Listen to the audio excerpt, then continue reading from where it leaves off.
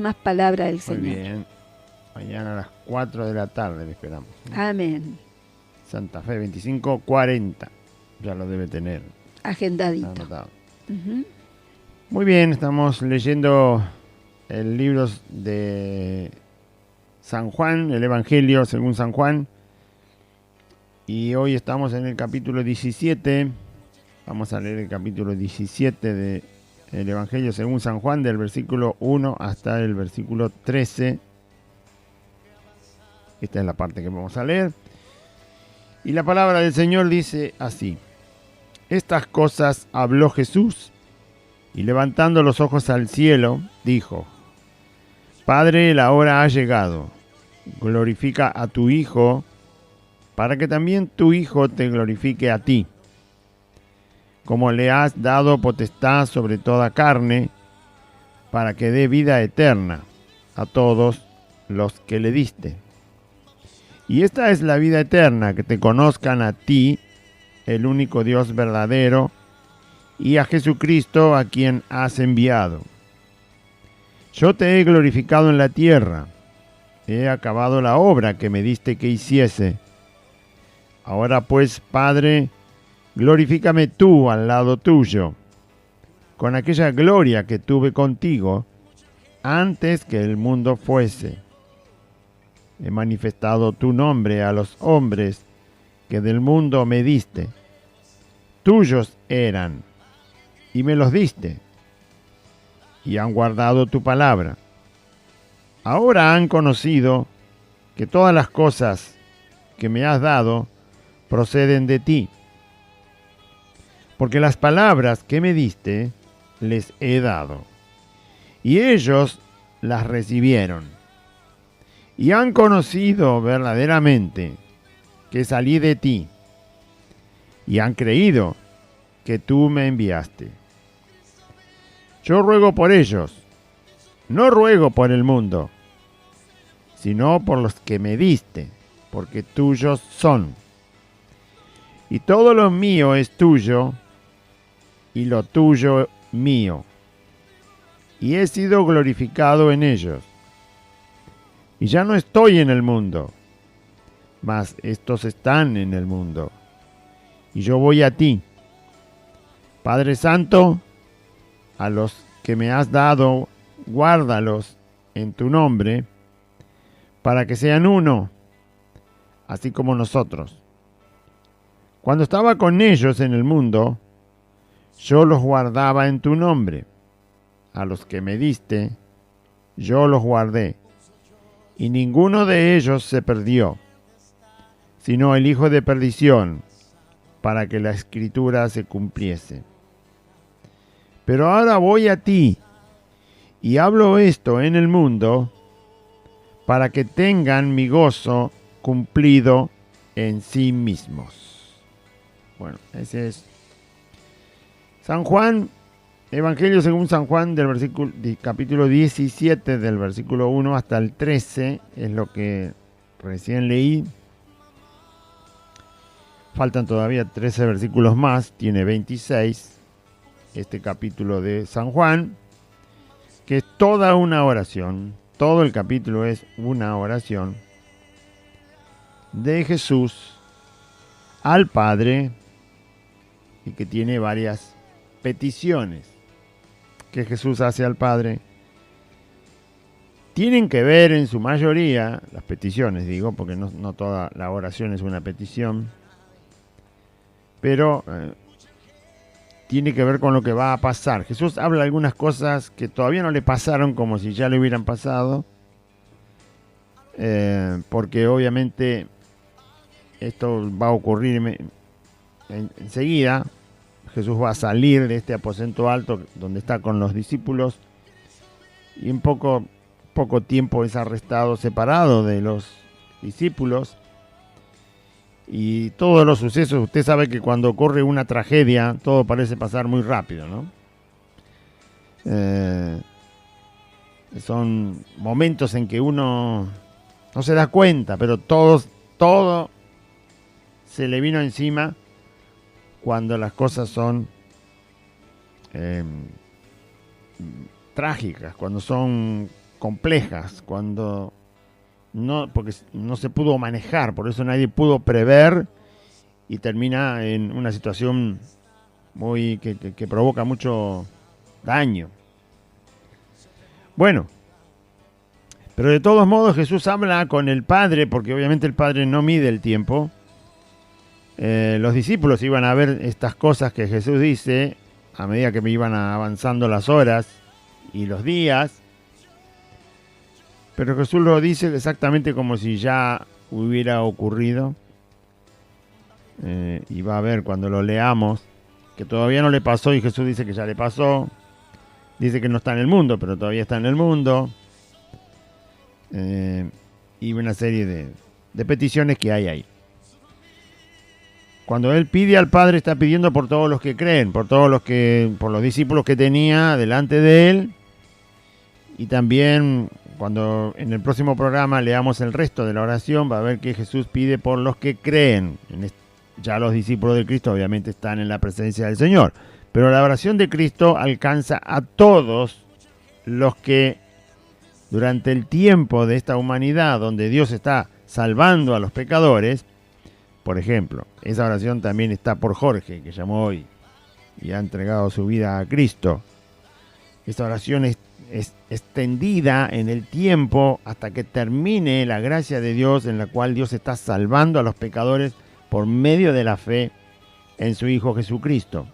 Esto que Jesús pide no es solo por los 12, bueno, Judas ya no estaba, estaban los 11, inclusive él hace la referencia a Judas, que es el único que se perdió, para que se cumpla la Escritura, pero él extiende esas peticiones y lo que él dice acerca de sus discípulos tiene que ver con todos los que han creído y hasta este día y con todos los que creerán a partir de este día y pongan su confianza, su fe en el Hijo de Dios. Por eso cuando lo vayamos leyendo, a medida que leamos versículo por versículo, hay que hacer el hincapié y memoria y recordar que eso se extiende para todos los que hoy son verdaderos hijos de Dios y para los que serán hijos de Dios de aquí en adelante. Se le llama una oración intercesora, o sea, alguien que está pidiendo a favor nuestro. En vez de pedirlo nosotros, es Cristo el que lo está pidiendo a favor nuestro. Delante de Dios el Padre. Bien, ya no hay conversación entre Jesús y los discípulos. Recuerda que estábamos diciendo, cuando terminamos en los programas antes que el capítulo 13, 14, 15 y 16, Jesús está solo con los discípulos en el aposento alto, comieron la Pascua según la ley de Dios y ahora Jesús era el Cordero, les enseña lo que es la Santa Cena a los discípulos y habla con ellos durante esos 4 capítulos del Evangelio de Juan. Pero ahora en este capítulo es el último en que está donde se relata la privacidad entre Jesús y los discípulos, porque después ya salen y van a ser arrestados, va a ser arrestado Jesús y van a ser dispersados los discípulos, se separan los discípulos de Cristo.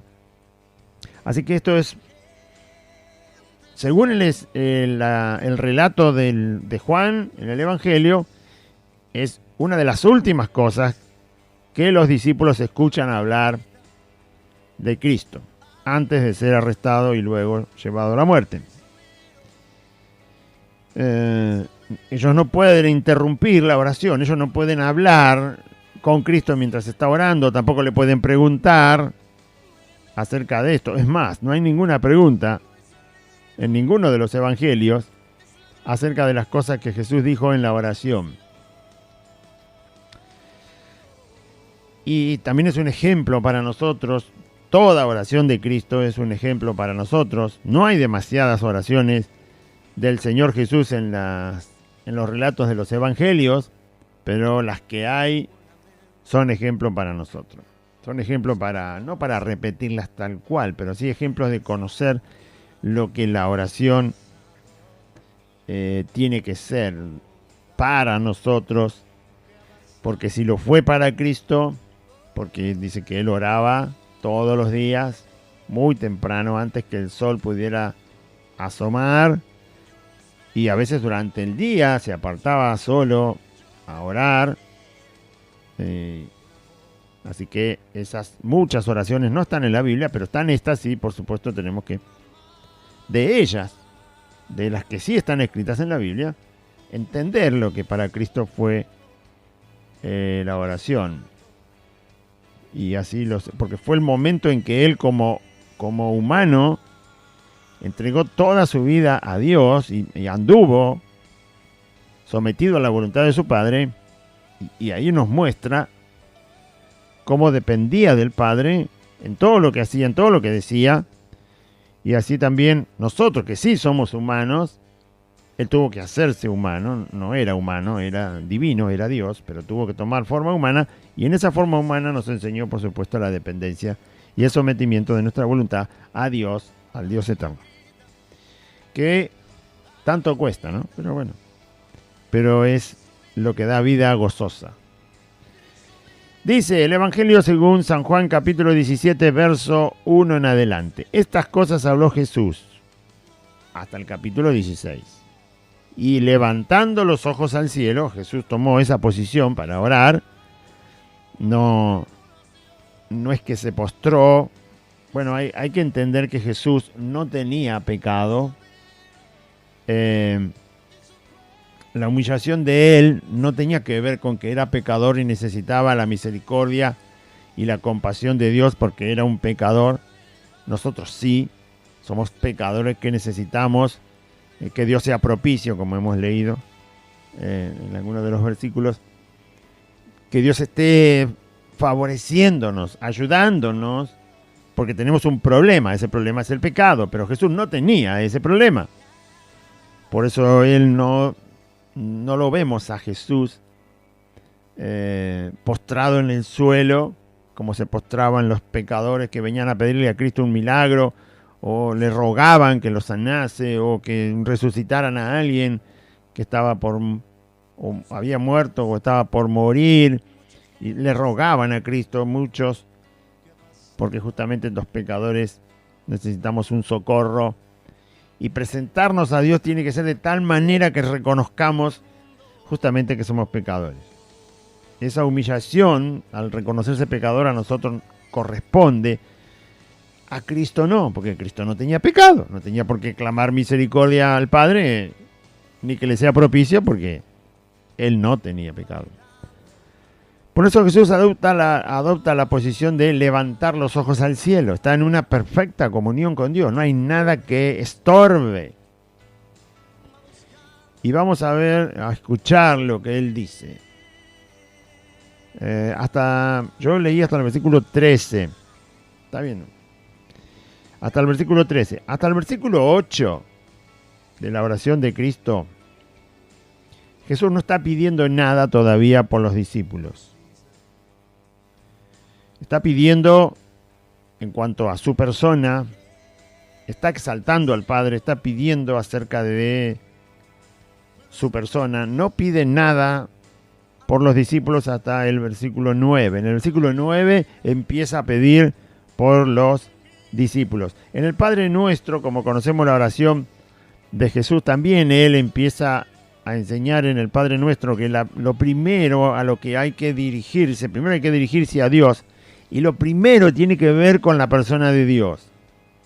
Lo primero que se debe pedir, por ejemplo, Padre Nuestro, santificado sea tu nombre, es algo que yo estoy pidiendo no para mí, sino por quién es Dios.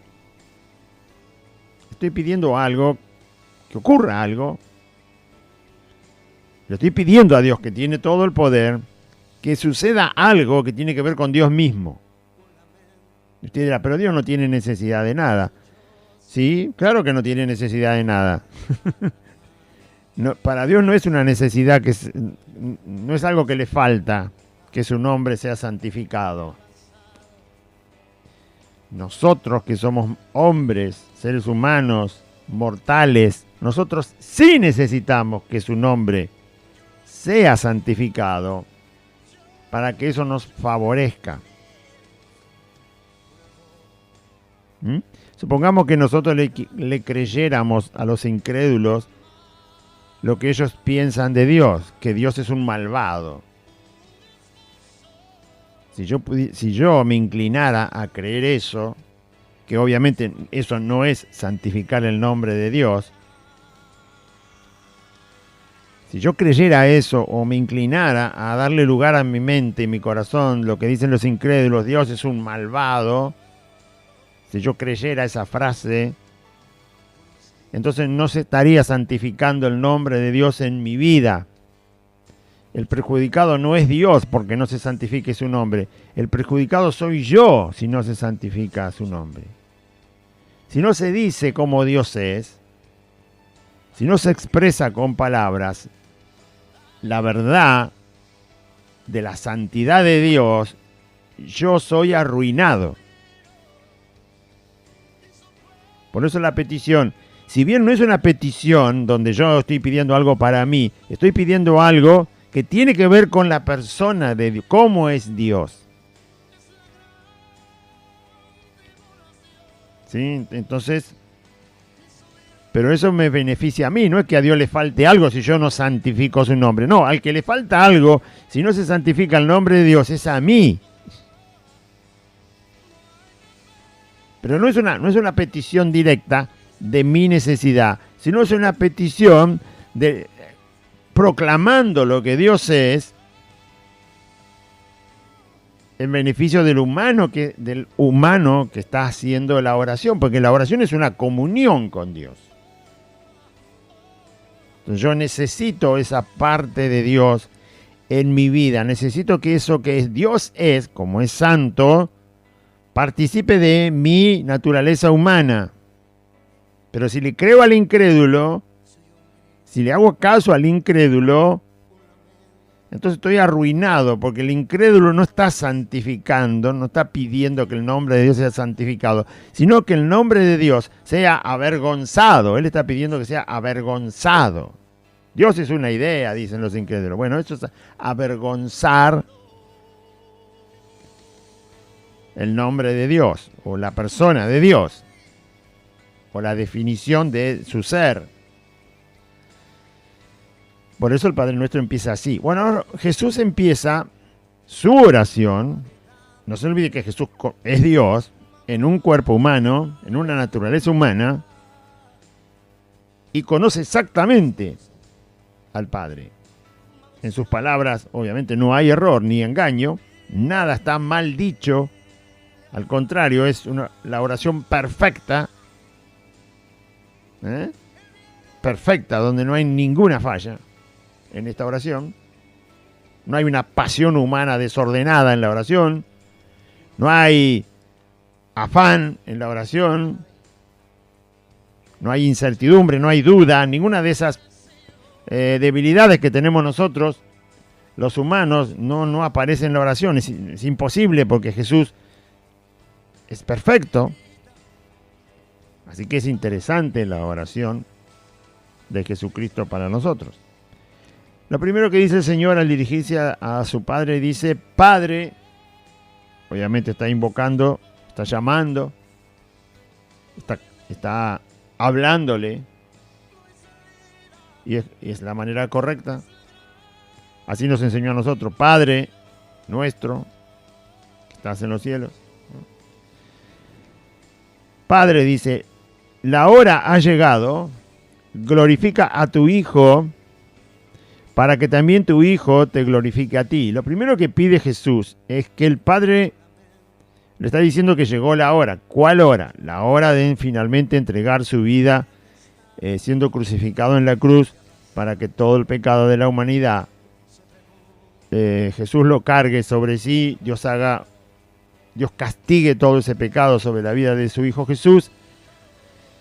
La ira de Dios vaya absolutamente toda sobre él por todo el pecado de toda la humanidad, de todos los tiempos. Esa hora llegó. Llegó el momento en que él entregaba su vida. ¿No? Él sabe que en pocas horas va a pasar eso. Así que pone delante del Padre el conocimiento y la aceptación. Él dice, la hora ha llegado. Fíjese que Jesús no esquiva el problema, sino que lo presenta delante de Dios. Llegó la hora. Llegó el momento. Para esto he venido, justamente después lo va a decir, aquí estoy. Padre, aquí estoy. Este es el momento que habíamos planeado en la eternidad, en la gloria que tuve contigo, como va a decir ahora. Ahora llegó el momento tan difícil, tan terrible, único en la historia, en toda historia, en la historia de esta humanidad, en la historia del universo, en la historia de toda la creación, en la historia que algún día Dios terminará y completará, por supuesto allí en la eternidad, cuando todos sus santos redimidos vivan con Él para siempre, donde todo va a ser diferente. Bueno, esa hora, ese momento de hacer esa obra, llegó. Como llegó, ¿qué hay que hacer frente a una situación tan difícil que nosotros nunca podemos prever porque no sabemos el futuro? Bueno, lo que hay que hacer tiene que ver con lo que Jesús enseña. ¿Qué le pidió Jesús al Padre, ya que había llegado la hora de ser arrestado, entregado, enjuiciado, condenado y castigado en la cruz para morir? Bueno, Él pidió esto: glorifica a tu Hijo, para que también tu Hijo te glorifique a ti. Lo que está pidiendo Jesús es que toda esta obra que Él iba a hacer, el Padre lo iba a acompañar, el Padre iba a sostener a Jesucristo, solo lo iba a soltar en el momento en que castiga el pecado mientras Jesús está clavado justo antes de fallecer. Pero Jesús sabe que el Padre va a levantarlo al tercer día de entre los muertos. Él está pidiendo sobre ese día, sobre el momento en que Dios va a glorificar. Por eso está pidiendo cosas parece que la pide para el momento, pero las cosas van a pasar después. Y a veces algo que todavía no pasó, Jesús dice que ya pasó. Entonces, glorifica a tu Hijo, es decir, muestra que soy tu Hijo. ¿Cuándo mostró Dios que Jesús era su Hijo realmente? Y que había salido de allá del cielo cuando lo levantó de los muertos. Por eso la Biblia dice que Dios levantó de los muertos a Jesús al tercer día. Dios el Padre glorificó a su Hijo cuando lo levantó de entre los muertos. Si nunca se levantaba de entre los muertos, entonces Dios nunca hubiera podido dar gloria a este su Hijo llamado Jesús. Si no hubiera pasado, pero pasó. Glorifica a tu Hijo para que también tu Hijo te glorifique a ti. Jesús no solo glorificó al Padre al ser resucitado, sino que lo glorificó en todo el proceso, y en la misma cruz, Jesús clavado, glorificó al Padre. Porque se cumplían profecías. Isaías 53 se cumplió todo cuando Jesús estuvo ahí colgado en la cruz. Se cumplió que era el Cordero. O sea, cuántas cosas Dios había dicho, todas Jesús las cumplió ahí en la cruz. Cordero de Dios, como con manso cordero fue al matadero, no abrió su boca. El castigo Isaías 53 se cumplió todo. A medida que Jesús ahora va a salir de ese aposento y va al huerto de Getsemaní y empieza a orar, en el instante mismo en que es traicionado, Jesús está glorificando a Dios. ¿Por qué? Porque todo lo que le pasa está escrito. Dios lo había proclamado y empezaba a cumplirse en la vida de Cristo de una manera viva. O sea, se hacía real la traición, el beso, el abandono de los demás discípulos a Cristo. Todo estaba escrito, todo estaba escrito. Fue contado con los ladrones, pasó por cárcel. Bueno, todo eso son profecías, están en la Biblia, en el Antiguo Testamento. Son muchas, que cuentan de los detalles del momento en que Jesús es arrestado. O sea, pierde su vida pública porque lo arrestan, como cualquiera que lo arrestan. Y todo se va cumpliendo, todo se va cumpliendo. Todos los detalles de la pasión de Cristo, el juicio, fue entregado en manos de los gentiles, los romanos. Fue contado como un malhechor para ser crucificado. No se olvide que a Jesús lo cambiaron por Barrabás, que era un asesino. Era un hombre terrorista, por así decirlo. Sedicioso, que armaba tumultos para echar a los romanos de ahí de Israel. Un subversivo.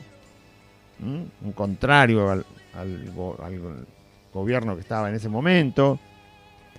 Y por este Barrabás, Jesús es cambiado por Barrabás. O sea que lo consideraron peor que Barrabás. Entonces todas las profecías se empezaron a cumplir. Y eso, por supuesto, cada vez que algo que Dios dice se cumple delante de los ojos de los que son testigos en ese momento, como lo que pueda cumplirse ahora, y los que lo vean cumplirse son testigos, todo eso glorifica al Padre, le da gloria al Padre.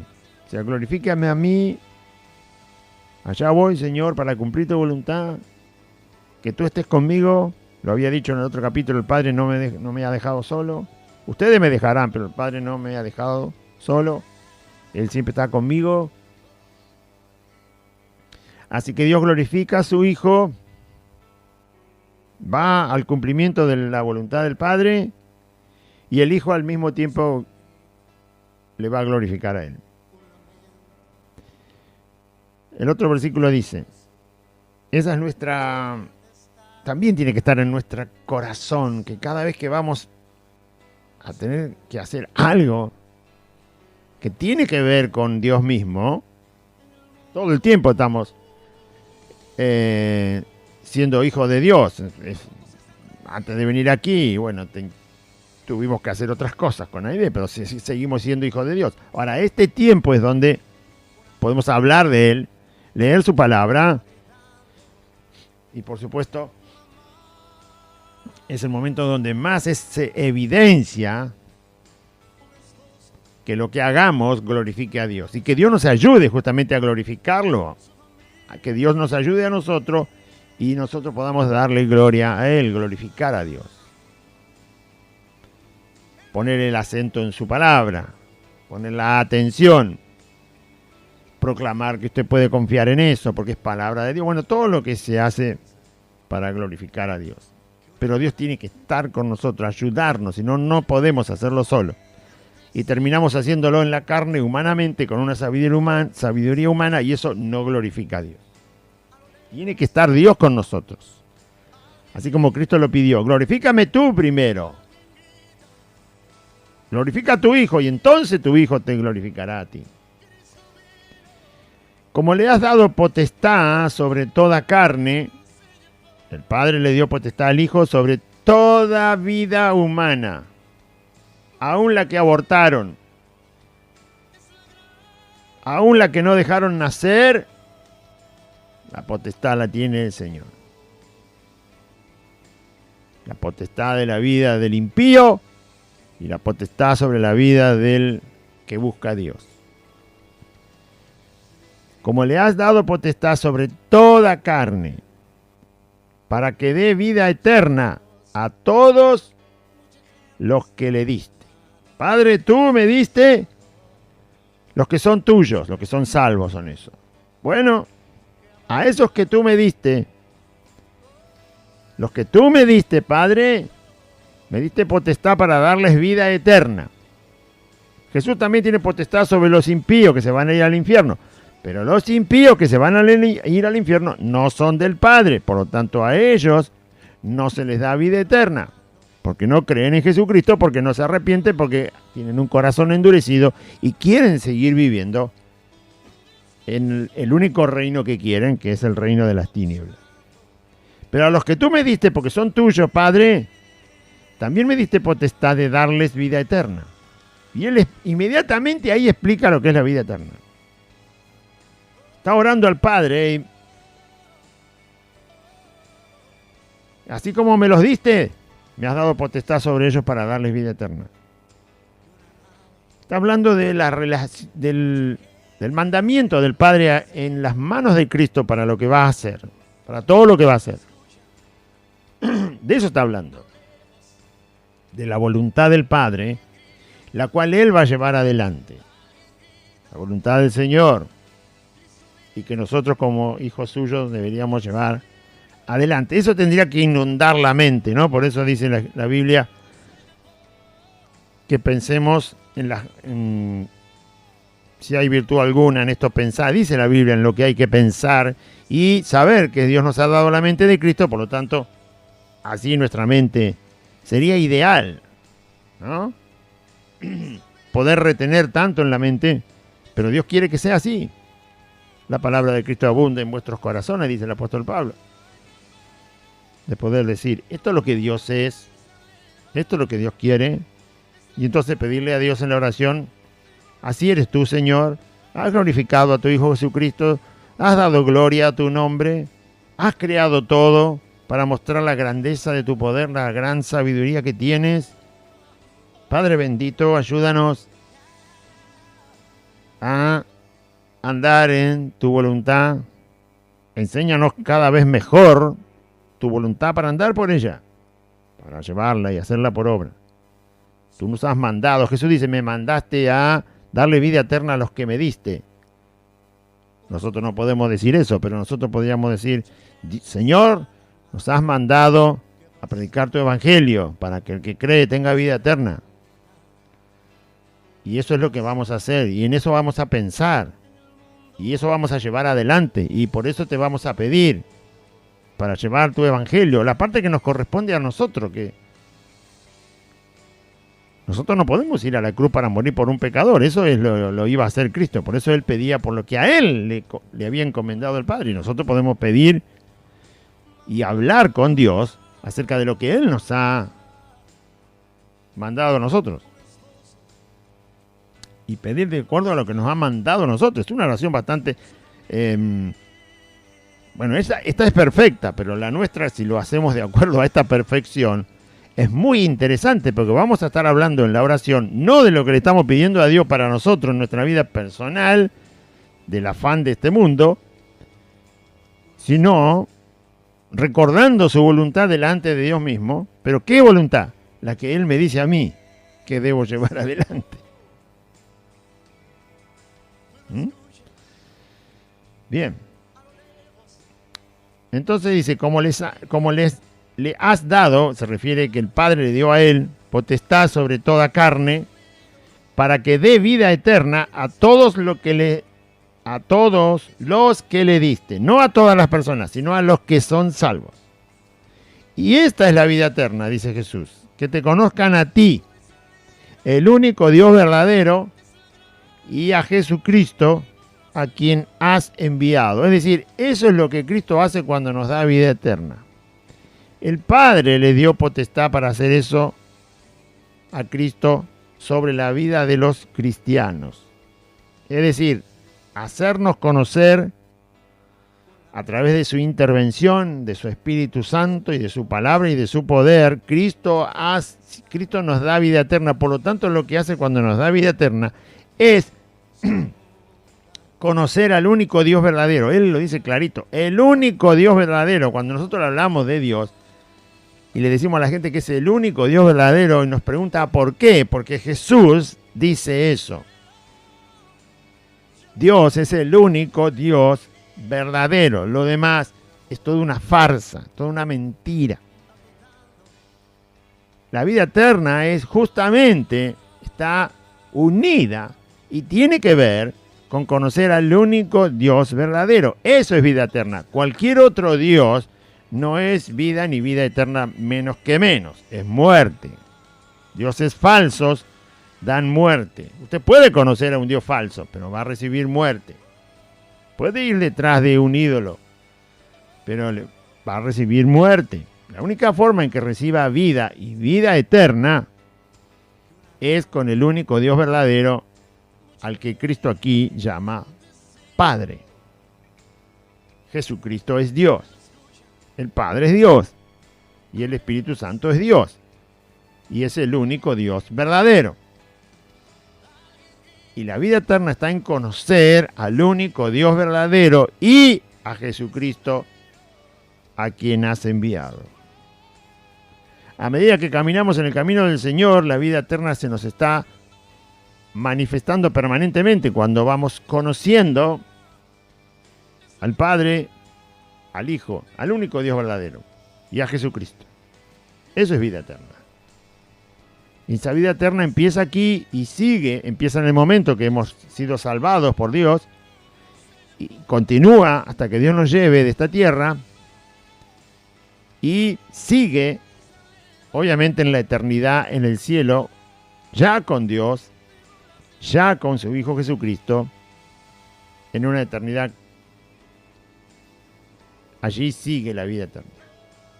Sigue, continúa. Eso es justamente vida eterna. Por eso Jesús la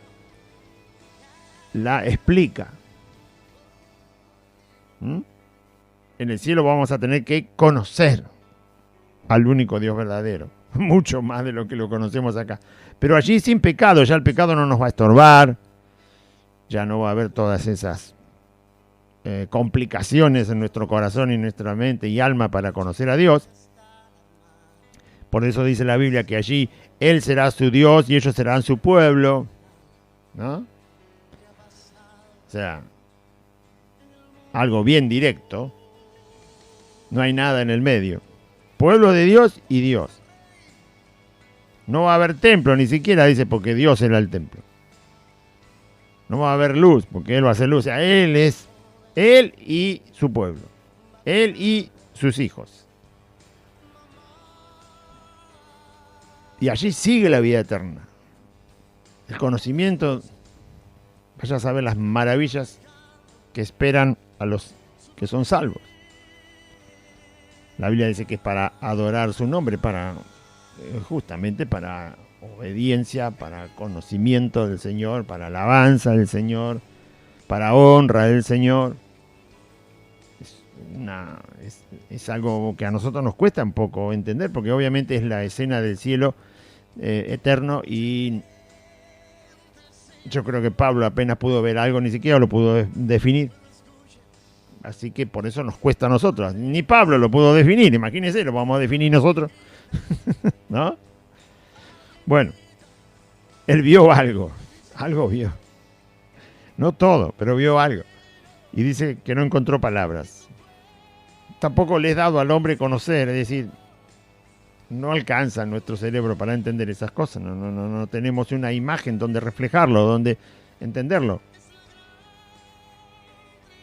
Sí, la Biblia habla, pero son pocas las referencias que se nos pueden dar, porque es el cielo, es una eternidad, es Dios manifestado ahí, Cristo manifestado ahí, soberano. ¿Y con qué lo va a comparar si acá nunca tuvimos un rey soberano? Así, es más o menos como este que estuvo. ¿Y con quién? ¿Sí? Primero y principal, no hubo nunca aquí un rey soberano que gobernara toda la tierra. No lo hubo nunca. Ni lo va a haber. Va a haber un anticristo mentiroso, pero no va a gobernar toda la tierra, porque justamente los cristianos que estén en ese momento no le van a rendir pleitesía, no se van a arrodillar. Así que no va a poder gobernar a los creyentes que haya en ese momento. Para ser soberano hay que gobernar todo tiene que estar bajo su soberanía.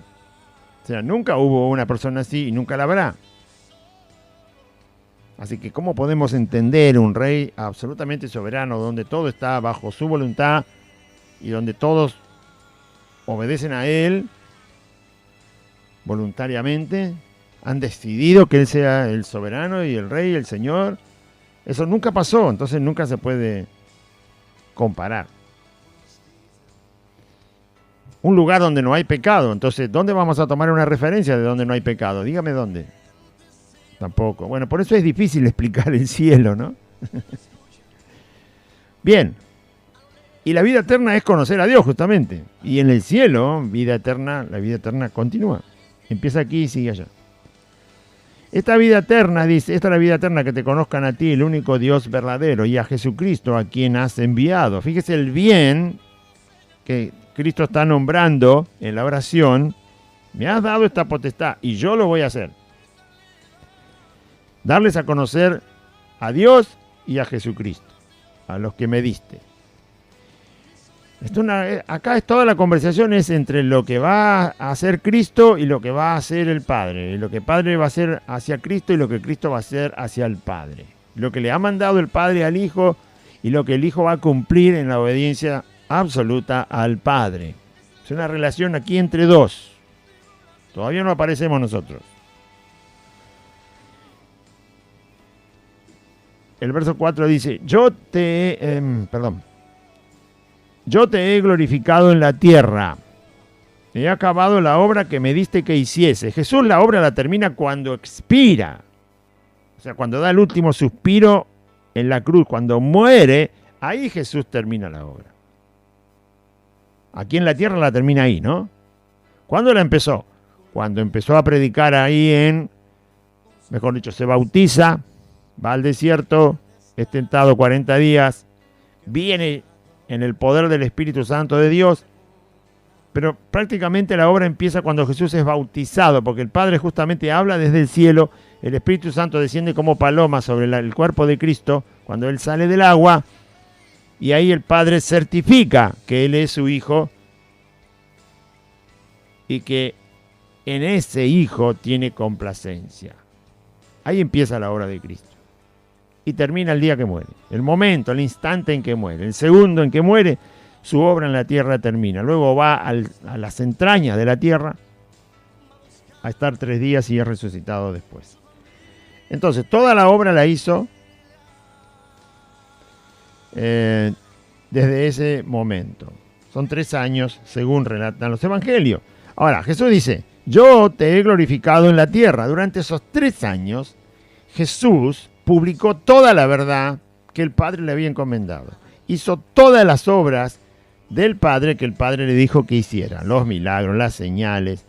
Bueno, las palabras eran la enseñanza del Evangelio. Reveló al Padre, habló del Padre. Bueno, todo eso que Jesús hizo, todo. Y ahora va a ir a la cruz y va a morir, ya lo dijimos al principio. Jesús les pide que lo glorifique porque Él va a cumplir toda la voluntad. Y yo te voy a glorificar a ti, todo lo que le va a pasar, está escrito, todo se cumple, todo es lo que Dios había dicho exactamente, y así va, los testigos lo van a ver, aunque no crean, lo van a ver, porque así pasó.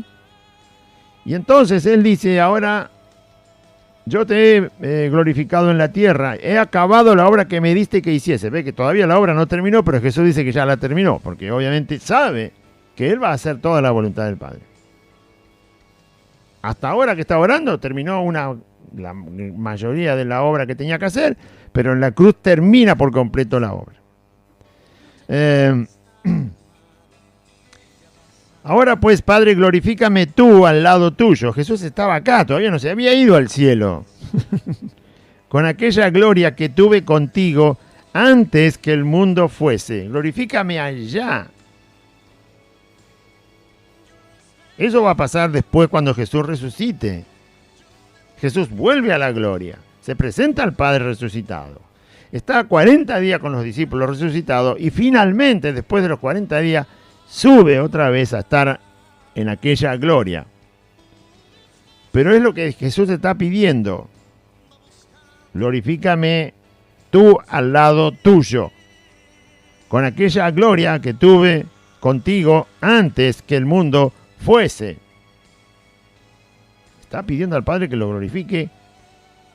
Él va a hacer la obra y está pidiendo que allí es justamente donde Él anhela estar y volver, por hacer la voluntad de Dios, por cumplir con todo lo que el Padre le ha mandado. Anhela la gloria que siempre fue de Él. Y fíjese que dice al lado tuyo. Qué mejor lugar, ¿no? Al lado de Dios. Que Dios pueda ser nuestro amigo, que Dios pueda ser el que nos acompaña, que Dios pueda ser el que nos aconseja, que Dios pueda ser el que nos mande, que Dios pueda ser el que nos ordene, que Dios pueda ser el que nos reprenda, que Dios pueda ser el que nos sane. Al lado tuyo significa para nosotros gozo, libertad, seguridad, amor, poder. No el nuestro, el de Él. Bueno. Glorifícame tú al lado tuyo, como aquella gloria que tuve contigo antes que el mundo fuese. Está hablando de la gloria antes de la creación, que es el lugar de siempre del Hijo de Dios, porque está en la presencia de Dios. Nadie vio a Dios jamás, solo el Hijo de Dios lo ha visto. Bueno, ese lugar donde se ve a Dios, donde solo Jesucristo le puede ver, esa es la gloria de Cristo, es el lugar de la gloria del Señor, al lado de la gloria del Padre. He manifestado tu nombre a los hombres que del mundo me diste. Aquellos que le creían al Señor Jesús, Jesús les manifestó, les habló la verdad acerca de Dios. Jesús tuvo que decirle muchas veces a los discípulos que ellos pensaban equivocadamente acerca de Dios, y Jesús tuvo que hablar y manifestar con palabras, con hechos, también con señales, prodigios y milagros que hacía, manifestar a Dios, mostrarlo, explicar la persona de Dios. He manifestado tu nombre a los hombres, no a todos, sino a los que del mundo me diste, los que creen. En este caso estaban ahí los discípulos. A nosotros, si hemos creído, ha creído de verdad, bueno, Cristo le ha manifestado el nombre del Padre, le ha manifestado su persona. Así tiene que creer, tal cual como Jesús ha manifestado a Dios aquí en la tierra. Así tiene que aceptar y ninguna otra cosa. Dios no es amigo de los soberbios, Dios no tiene nada que ver con los soberbios, así que usted no sea amigo de los soberbios. Entonces usted va a poder decir, a mí se me ha manifestado el nombre del Padre. He entendido que Dios no es soberbio. Así que yo no soy soberbio, no quiero ser soberbio, ni amigo de los soberbios. Jesús tuvo que explicarle a los discípulos, no se crean que entre ustedes va a haber uno mayor. ¿Qué están pensando? Dios no es así. Si quieren ser mayor que otro, bueno, pónganse a servir a todos. Háganse como un niño que no puede reclamar nada. ¿Qué grandeza puede reclamar un niño? ¿Qué exaltación puede tener un niño? ¿Va a poner a un niño en un pedestal usted? No, se tiene que aprender todo. ¿El niño qué te va a decir? ¿Inventé un cohete para ir al sol? No. ¿Qué te va a decir? ¿Inventé una computadora que entra en una uña? Te la pongo acá en la uña y tener la pantallita. No. Y entonces, es un necesitado, es humilde. Él necesita. Y el Señor dice, tienen que ser así ustedes. Todo el tiempo tienen que ser necesitados del Padre. Entender que necesitan de Él. Todo el tiempo. Ustedes son débiles. Son frágiles. Si ustedes no se humillan, entonces están pensando que son más que mi Padre. Están pensando que son superiores a Dios. No hay grandeza como lo llama el mundo entre ustedes. No quieran hacerse grandes ni dueños de las personas. No sean soberbios, no sean altivos. Cuando usted entiende eso, entonces Cristo le está manifestando a usted el nombre del Padre. Le está manifestando, le está mostrando cómo el Padre es. Jesús tuvo que decirle a los discípulos varias veces, no se peleen de quién va a ser el mayor, no va a haber ningún mayor. Olvídense. Termínenla con eso. Un día querían pedirle a Dios que enviara fuego y destruyera toda una aldea porque no habían recibido a Cristo, estaban enojados y Jesús les dijo, no, ustedes no entienden nada. Yo no vine a destruir las almas, vine a salvarlas. El pecado las destruye. Yo vine a salvarlas. Todavía no conocen al Padre. Yo les voy a manifestar cómo es el Padre. Les voy a enseñar. Bueno, yo he manifestado tu nombre a los hombres que del mundo me diste. Los que le han creído, obviamente, se les manifestó el Padre. A usted se le manifestó el Padre si usted ha creído. A mí se me manifestó el Padre si he creído. Y así a todos. Los que han creído. Jesús lo hizo y lo seguirá haciendo. Tuyos eran y me los diste. Y han guardado tu palabra. Han creído, han guardado la Escritura. Ahora han conocido que todas las cosas que me has dado proceden de ti. Todo lo que Jesús hizo, todo lo que Jesús habló, todo lo que Jesús mostró, provenía de una sola fuente, y esa fuente es Dios el Padre. Jesús dijo, las palabras que hablo son del Padre, las obras que hago son de mi Padre. Yo no hago nada por mi propia cuenta, no busco mi propia gloria, no juzgo yo solo, si juzgo, juzgo con el Padre. No doy testimonio yo solo de mí mismo, sino que el Padre da testimonio de mí. O sea, todo nos dijo bien claro el Señor Jesús cuando estuvo en la tierra, que procedía del Padre.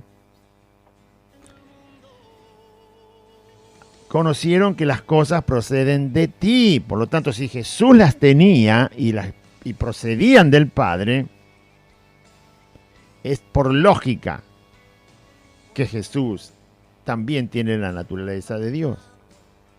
Yo no tengo las cosas, todas las cosas que el Padre tiene, ni usted las tiene. No las puedo tener porque no soy Dios. Porque yo soy humano, naturaleza caída, pecador rescatado por la gracia de Dios. O sea, no puedo. Es como si yo quisiera ser un tiburón. No puedo. No tengo esa naturaleza. No nací tiburón. El tiburón nació tiburón. Y seguirá siendo tiburón hasta el día que se muera. Entonces, ¿cómo puedo pretender yo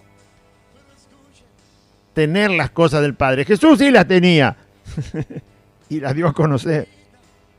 En su humanidad, siendo humano, tenía las cosas del Padre. Las palabras del Padre, los pensamientos del Padre, las obras del Padre. Todo. Anduvo siempre en obediencia al Padre. Él tenía el amor del Padre, el perdón del Padre. Por eso dijo, yo puedo perdonar porque soy el Hijo de Dios. El perdón lo da Dios. Y Él perdonaba. No el perdón que damos nosotros como humanos cuando se nos hace alguna ofensa, sino el perdón completo, el perdón que tiene que ver con la afrenta hecha hacia Dios, ¿no? Ese perdón. Y el perdón en general, el poder de perdonar, el poder decir, ya tu pecado no está. Se borró toda tu maldad. Eso solo lo tiene Dios. Y estos han creído que las cosas, todas las cosas proceden de ti. Todas las cosas que me has dado proceden de ti. Como Cristo no hubo exactamente nadie, ni lo habrá. Todo hombre, todo Dios. Porque las palabras que me diste les he dado. Las palabras que yo les di, ellos conocen que vienen de ti. Las palabras que les di vienen de ti. La palabra de Dios, la palabra de Cristo es la revelación de Dios mismo en la persona de su Hijo. Como dice Hebreos, Dios se ha manifestado muchas veces de muchas maneras, pero ahora se manifestó por su Hijo. Las palabras de Cristo son las palabras de Dios. No se puede discutir. El que las discute porque es incrédulo. Todavía no ha recibido el perdón de sus pecados, ni tampoco el Espíritu de Dios. Hágase usted la prueba, a ver si discute las palabras de Dios, las palabras de Cristo, o si las cree. Porque las palabras que me diste les he dado, y ellos las recibieron, las aceptaron, las creyeron, y han conocido la mente y el alma, el corazón, les quedó claro, tienen claridad, han conocido, han aprendido que verdaderamente salí de ti y han creído que tú me enviaste. Jesús está hablando con el Padre y diciendo que todo esto pasó. Ellos han creído que las palabras vienen de ti, que tú me las diste y yo se las di, que se las revelé y revelé tu nombre y revelé tu persona. Ellos lo han creído verdaderamente. Jesús sabe que finalmente los discípulos en el corazón creen. Van a pasar una prueba ahora y una tribulación, pero van a creer. Jesús ya conoce el corazón creyente. Ya lo conoce. como conoce el suyo, si usted es verdaderamente creyente. Conoce el corazón que cree. Jesús siempre decía que sabía lo que había en el hombre, quién creía y quién no creía. Desde siempre lo sabe. Desde antes de fundar el mundo, desde que no existía nada. Y Dios ya sabía quiénes creen y quiénes no creen.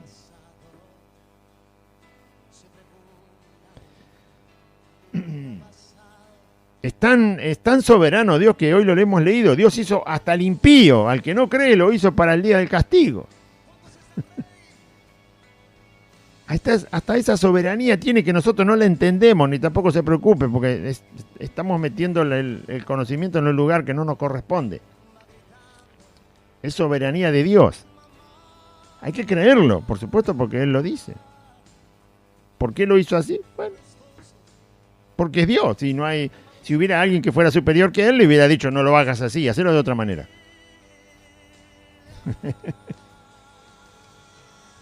Pero no hay nadie superior a Él.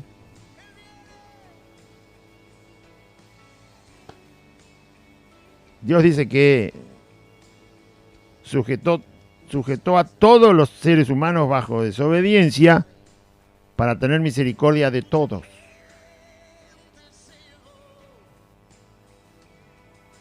¿Cuál es la misericordia? ¿Cuál es el amor más? ¿Dónde se ve más amor? Cuando yo, por ejemplo, tengo 10 hijos, todos en escalerita. Cada año tengo un hijo. Nace un hijo. Así que le digo esto para que vea que hay poca diferencia de edad. 5 veces mellizo, así más corto todavía. Entre el primero y el más grande hay 5 años de diferencia. Poquito, ¿no? Cuando uno tiene un año, nació el último, el primero tiene 5, o sea que son el bebé más chiquito y el más grande tiene 5. Bueno, y como padre, entonces tengo 10 hijos a los cuales tengo que alimentar, vestir, criar, educar, cuidar. Si yo cuido a uno solo, supongamos que de los 10 digo, no, este es el que mi preferido, yo cuido a este solo. Y dejo a los 9 sin cuidado. Entonces la gente que me va a conocer y va a ver a mis 10 hijos,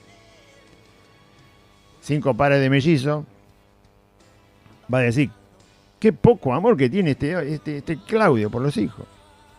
A uno solo, mira cómo está ese, está bien vestidito, tiene todo. Y a los otros 9 lo dejó a la deriva. Pero si yo cuido a todos mis hijos, entonces la gente va a decir, la verdad que tiene amor. Pero si yo solo lo muestro a uno, va a decir que tengo poco, me va a reconocer como un descuidado sobre mis hijos. Pero si cuido a todos igual, va a decir, qué amor que tiene. Porque no he descuidado a ninguno. A todos les he alimentado, a todos les he educado, los he vestido, los he cuidado, a todos los he acompañado, a todos les he enseñado, con todos he jugado, con todos he viajado, y a todos los acompañé hasta que fueron mayores de edad. La Biblia dice que Dios sujetó todo bajo desobediencia para tener misericordia de todos. Dios tuvo misericordia también del impío que hizo para el día del castigo. Sí, también tuvo misericordia. Ahí tiene un motivo por el cual Dios, en su soberanía, le place hacer también al impío que sabe que se va a ir al infierno. Porque Dios muestra misericordia. Cuanto más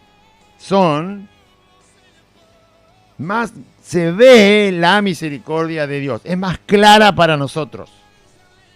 Por eso le di el ejemplo de los 10 hijos. Si solo cuido a uno, usted va a decir, este no ama a nadie. Porque descuidé a los 9. Pero si yo cuido a los 10, usted no tiene lugar para decir, este no cuida a sus hijos. Pero si cuido a uno solo, usted sí tiene lugar para decir, este no cuida a sus hijos. Entonces, como Dios tiene misericordia, sujetó todo bajo desobediencia, es decir, todos son pecadores, para tener misericordia de todos, inclusive del impío que Él hizo para el día del castigo. entonces se ve más clara la misericordia de Dios. Jesús murió por todos, inclusive por el impío que se va al infierno. Entonces ahí se ve con mayor facilidad la grandeza del amor de Dios, la grandeza del amor de Cristo. Ahí tiene una explicación cuasi humana si quiere. ¿No? Entonces, esto, la palabra de Cristo, Cristo dice, yo se las di y ellos han conocido, la han aceptado.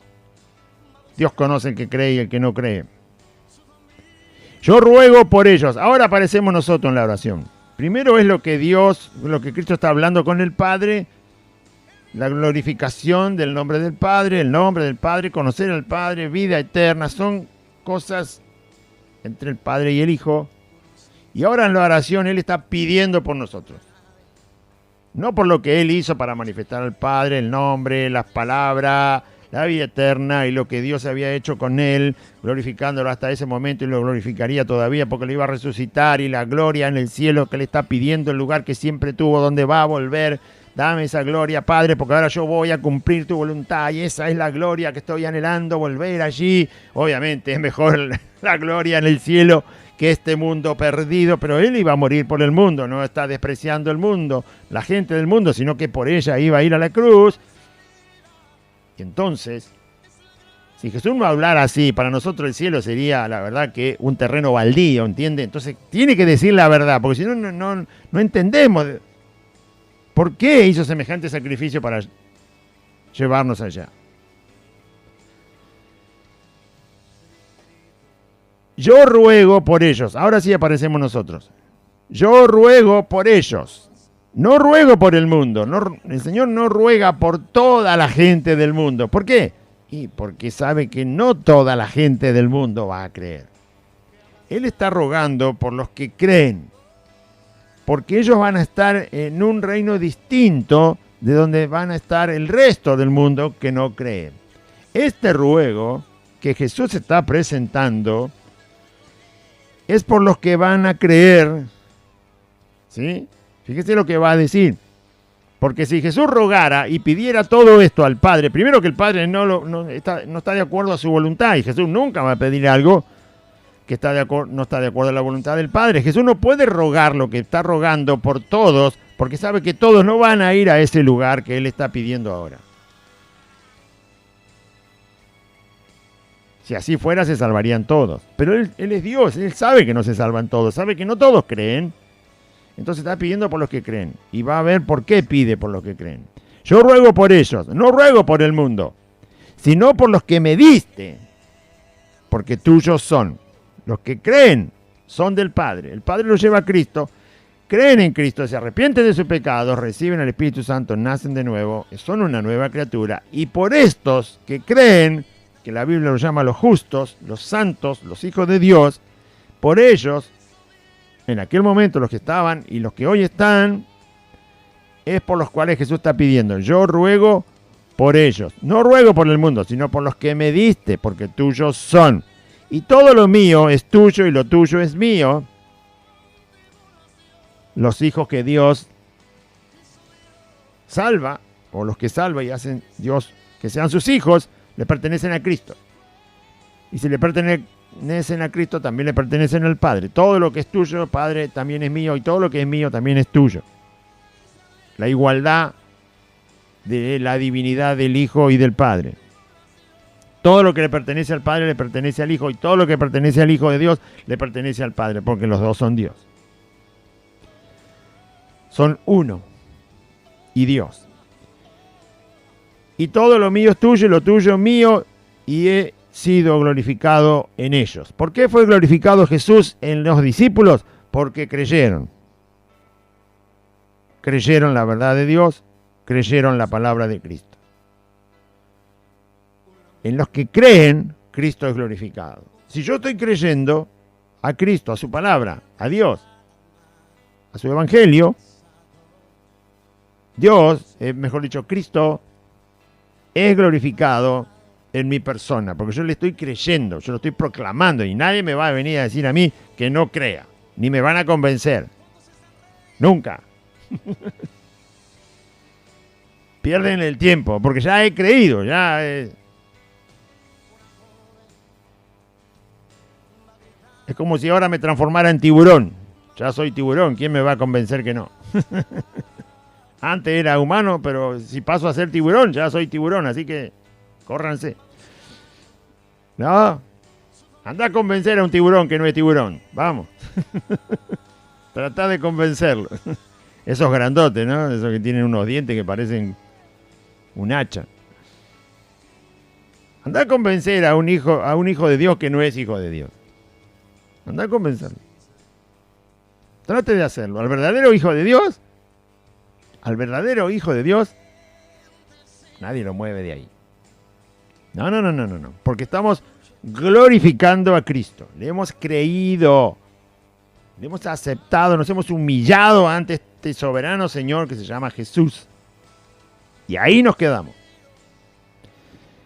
Y ahí vivimos, y ahí estamos, y ahí morimos. Ya sea que vivimos, si vivimos para el Señor vivimos, y morimos para el Señor morimos. Así que sea que vivamos o muramos, del Señor somos. No somos de otro, somos de Él. Porque le glorificamos, porque Él nos ha hecho suyos. Y ya no estoy en el mundo. ¿Cómo que no está en el mundo? Si está ahí todavía, ¿ves? Bueno, porque Él sabe que en pocas horas, menos de un día, mucho menos que un día de 24 horas, Jesús va a morir. Ya no estoy en el mundo, ya está en la etapa final. Como sabe que no va a perseverar más de, ni siquiera un día más de 24 horas, ya sabe que no permanece en el mundo. El Señor se va al corazón de la tierra y al tercer día el Padre lo resucita. Así que no está en el mundo, ya se va del mundo. Ya no estoy en el mundo, mas estos están en el mundo. Estos están en el mundo, ellos se van a quedar. Y yo voy a ti. Por eso ruega, porque se va. Y alguien los tiene que cuidar. Padre Santo, a los que me has dado, guárdalos en tu nombre, para que sean uno, así como nosotros. Esa petición es para cuando el Espíritu Santo viniera a vivir en los discípulos y en todos los que creyeran de ahí en adelante. Jesús está pidiendo sobre esa unidad, sobre los creyentes unidos, que crean lo mismo, que adoren de la misma manera, que sean fieles todos por igual, que guarden la palabra del Señor todos, que todos busquen la gloria de Cristo y la de Dios el Padre, que todos crean a su palabra. Uno, que sean uno. A los que me has dado, guárdalos en tu nombre, para que sean uno, así como nosotros. Una petición por nuestra unidad, para amarnos los unos a los otros. Bueno, todo lo que después en el Nuevo Testamento se despliega y lo enseñan el apóstol Pablo, Pedro, Juan, las cartas de Judas, Santiago, que escribieron todo el Nuevo Testamento, el resto. Guárdalos en tu nombre para que sean uno, así como nosotros. Cuando estaba con ellos en el mundo, se refiere a esos 3 años que estuvo con él y ahora se van a terminar, yo los guardaba en tu nombre. Siempre estuvieron conmigo, yo los guardé. Los guardé porque tú me has mandado a cuidarlos, a tenerlos unidos, a que todos crean exactamente igual. Los guardé en tu nombre para que sean uno, así como nosotros. Fíjese que los discípulos, mientras estuvieron esos 3 años con Jesucristo, a pesar de que muchas veces tenían discusiones, Jesús arreglaba todas esas discusiones y los discípulos terminaban siempre escuchando al Señor y aceptando lo que Él decía. Solo uno era rebelde por completo, que fue el traidor. Pero los demás siempre terminaban, a tal punto que en un momento Pedro, cuando el Señor le dice, ¿se quieren ir ustedes también? Porque se habían ido todos, y él le dijo, ¿a dónde iremos? Hablando de los 12. ¿A dónde iremos, Señor, si solo tú tienes palabra de vida? Y cuando declara quién es Cristo, dice, nosotros hemos creído que tú eres el Hijo de Dios, el Cristo. Hemos creído que has venido de Dios. Fíjese que había unidad en ellos. Porque cuando Pedro lo decía en nombre de todos. A pesar de que todavía faltaba perfeccionar sus vidas, ellos tenían unidad. Jesús la había logrado. Todos podían decir, Jesús anduvo en el agua. Todos podían decir, sanó a un leproso. Todos podían decir, resucitó a Lázaro. 4 días en la tumba.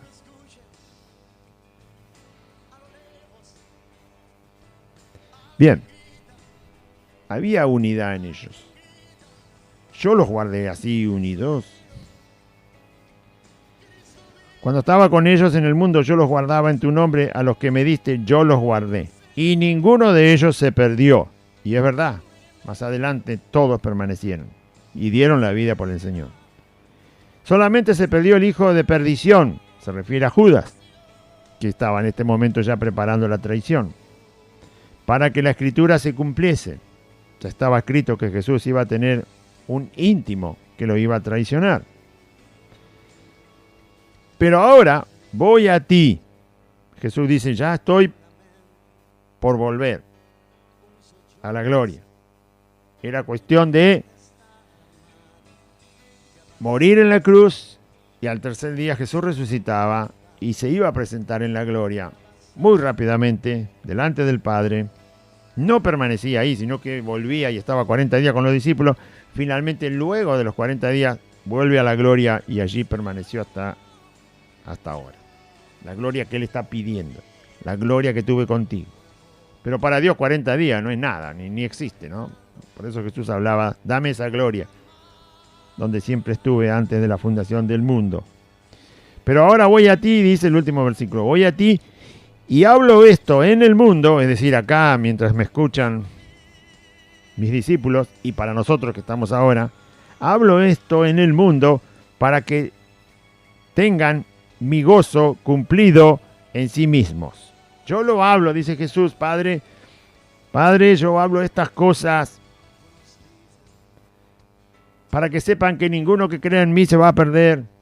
Ninguno que crea en mí va a quedar sin tener vida eterna, porque le voy a dar a conocer tu nombre y le voy a dar a conocer tu persona y la mía.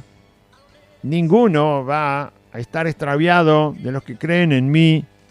Ninguno va a perecer de los que creen en mí. Ninguno va a morir eternamente de los que creen en mí. Todo lo que Jesús habla, y después va a seguir hablando en el próximo programa, lo vamos a terminar de leer. Todo lo que Él está diciendo, lo dice para que tengan mi gozo cumplido en ellos. Es decir, aquello que te satisface de que Cristo sea exactamente lo que Él dice de sí mismo. Jesús lo dice y todo esto se cumple. Todo esto se hace vivo y real. Al que se ha arrepentido y ha venido a los pies de Cristo, Jesús ya nos habló estas cosas. Los discípulos obviamente estaban ahí. Y luego esos se recordaron las cosas que Jesús dijo. Y se gozaron de que era exactamente como Jesús había hablado.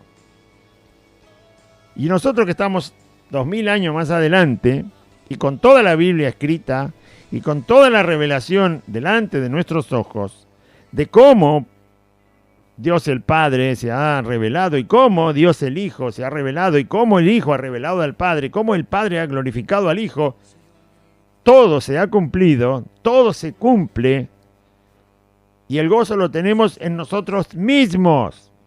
La alegría, la satisfacción de que todo esto es así. Porque ya lo ha declarado el Señor y así como lo declara, lo cumple.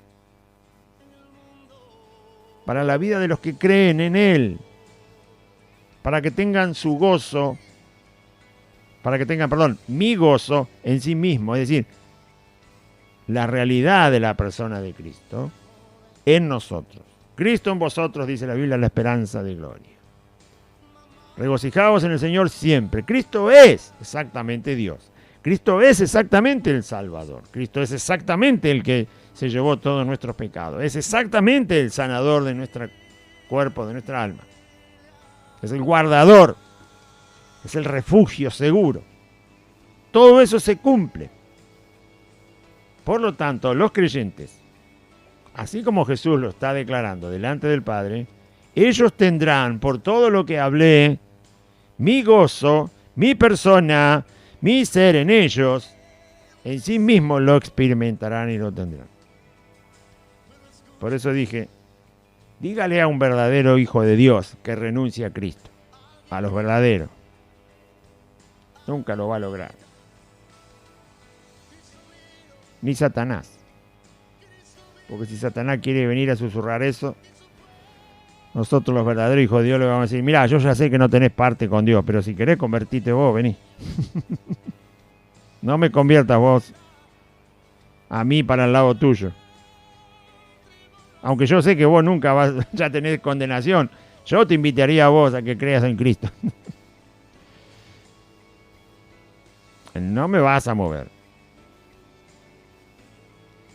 Amén.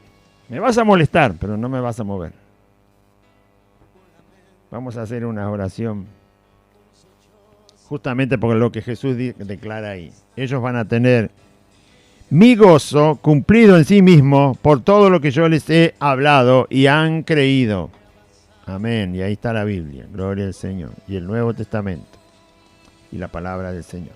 Haga una oración conmigo. Diga así: Padre Celestial, en este día escuché tu palabra y yo confieso que Jesucristo es el Señor. Y creo en mi corazón que Dios levantó a Jesús de entre los muertos. Señor Jesús, te pido perdón por todos mis pecados. Me arrepiento de mis pecados y te pido perdón. Te ruego, Jesús, que anotes mi nombre en el libro de la vida y que me des tu Espíritu Santo. En este día renuncio a Satanás, a los demonios, al pecado, al mundo, a la voluntad de mi carne y a toda obra de las tinieblas. Y renuncio a la enfermedad y renuncio a la muerte. Y te doy gracias, Padre Eterno, por haberme salvado a través del sacrificio de tu Hijo Jesús. Amén y amén. Muy bien, audiencia. A todos los que están escuchando, Jorge, volvemos a hacer la invitación. Mañana, mañana. Ya el día empezó, pero vamos a dar los días por nombre. Martes, jueves, sábado, a las 16 horas. Ese es el horario de la reunión, el día y el horario de las reuniones. Martes, jueves y sábados a las 16 horas. Y el domingo a las 10 de la mañana, la primera reunión y la segunda reunión del día domingo a las 16 horas. Así que todos esos días y en esos horarios, el único horario diferente es el del domingo a las 10 de la mañana porque es el único día que hay dos reuniones. Después es siempre a las 4.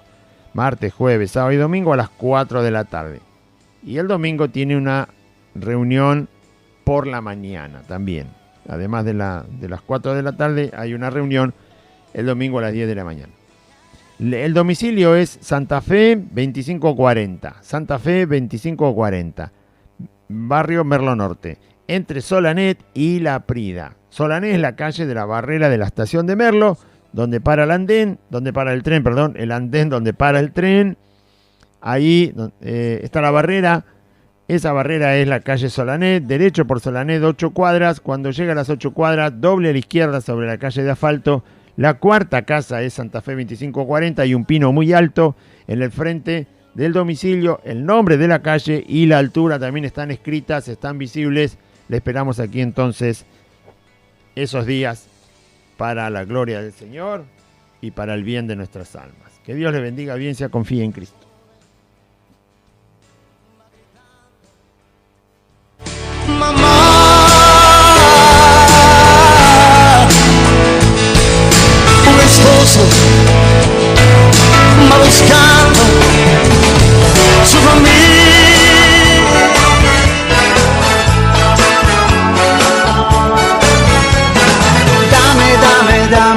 Dame todo lo que tú quieras.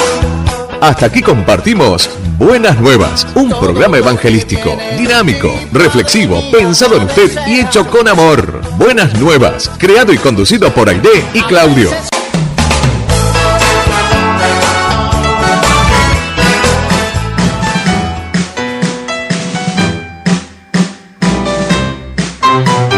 Tengo un corazón que se alimenta de tu suave y dulce voz, que se aferra a tu aliento, a tu amor, que se detiene si le falta tu calor.